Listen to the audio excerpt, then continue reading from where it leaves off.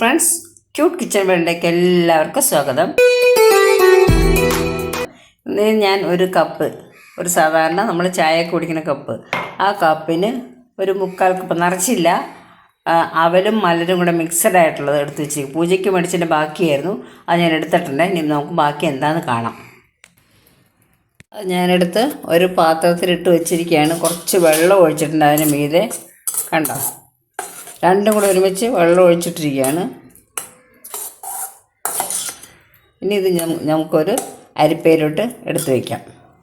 ഞാനിത് ഒരു 5 മിനിറ്റ് കുതിർത്തിട്ടുണ്ട്. അരിപ്പയിലോട്ട് ഒഴിച്ച് വയ്ക്കുകയാണ്.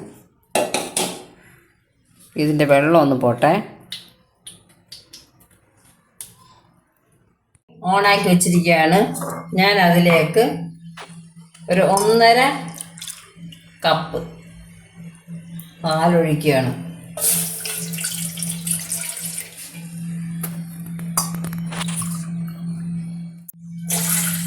ഒന്നര കപ്പ് പാൽ ഒഴിച്ചിട്ടുണ്ട്.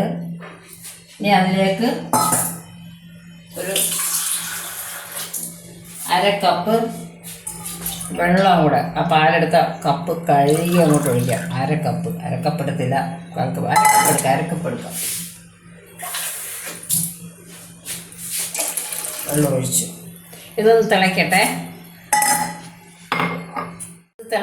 അപ്പോഴത്തേക്ക് ഞാൻ 2 ഏലക്ക പൊടിച്ചില്ല, വെറുതെ ആ ഏലക്കയുടെ തൊണ്ട് കളഞ്ഞ് അങ്ങോട്ട് ഇട്ടു. ഇനി അടുത്തത്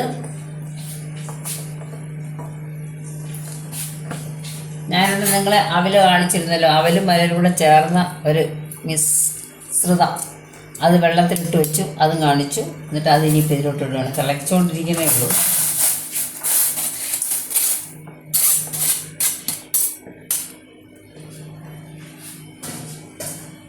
ഇനി ഇതൊന്ന് ആവണം.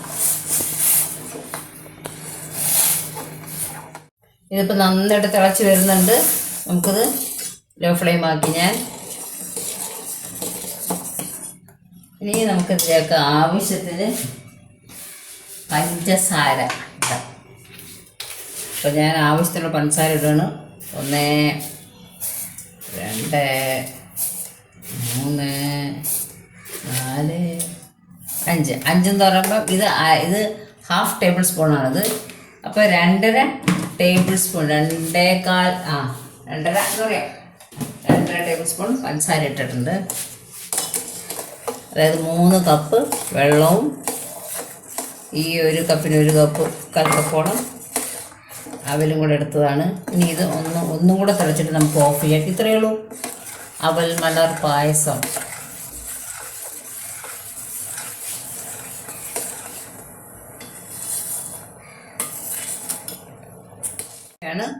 ഇതൊന്ന് കുറുക്കണം എന്നുണ്ടെങ്കിൽ സൗകര്യമില്ല എൻ്റെ കയ്യിൽ. അപ്പം ഞാൻ എന്ത് ചെയ്തു, കുറച്ച് അരിപ്പൊടി അങ്ങോട്ട് ഇട്ട് കൊടുത്തു. ഒരു ടേബിൾ സ്പൂൺ അരിപ്പൊടി ഇട്ടു. എന്നിട്ട് ഇനി അതൊന്ന് നമുക്ക് വെള്ളമൊന്നും ഒഴിച്ച് കലക്കണമെന്നില്ല, ഇതിനകത്തൊന്ന് നമ്മൾ ഇളക്കി കൊടുത്ത് അതങ്ങ് ആയിക്കോളും. ഇനിയിപ്പോൾ അത് കുറുകും നന്നായിട്ട്. ഏത് കുറുകാത്തവനും കുറുകും.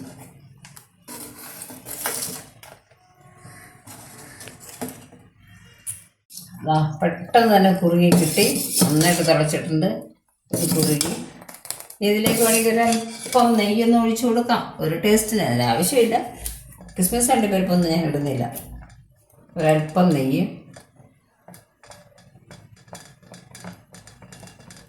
മതി, അല്ലെങ്കിൽ ആ പായസത്തിന് വിഷമം വരില്ലേ. അതുകൊണ്ട് ഞാൻ ഫ്ലെയിം ഓഫ് ചെയ്തു.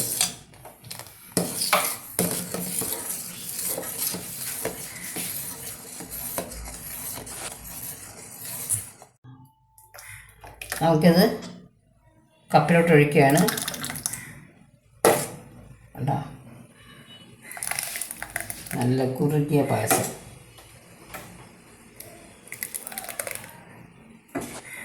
കണ്ടോ, പായസം നല്ല ടേസ്റ്റി പായസമാണ്. പായസം കണ്ടപ്പോൾ തന്നെ എനിക്ക് കുടിക്കാൻ തോന്നുന്നുണ്ട്. ചൂടാണ്, ഭയങ്കര ചൂടാണ്.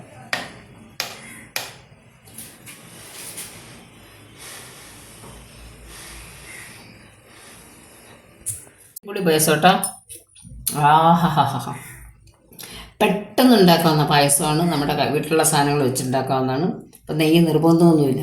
അവലും മലരും ഉണ്ടായതുകൊണ്ട് ഞാൻ അത് വെച്ചു. അതായത് പൂജയ്ക്ക് എടുത്തതിൻ്റെ ബാക്കി ഉണ്ടായിരുന്നതാണ്, അത് ഞാൻ ഇങ്ങനെ വെച്ചത്. അവലും മലരായിട്ട് ചുമ്മാ തിന്നാനും ഇഷ്ടമല്ല, മലർ പ്രത്യേകിച്ചും. അപ്പം ഇങ്ങനെയൊക്കെ ആകുമ്പോൾ എല്ലാവരും കഴിക്കും. കണ്ടോ, ഞാൻ ഈ മലരിട്ട് പല സാധനം ഉണ്ടാക്കിയിട്ടുണ്ട്. എല്ലാവർക്കും ഇത്രയും നേരം എന്നെ ഇങ്ങനെ പ്രോത്സാഹിപ്പിച്ച എല്ലാവർക്കും നന്ദി.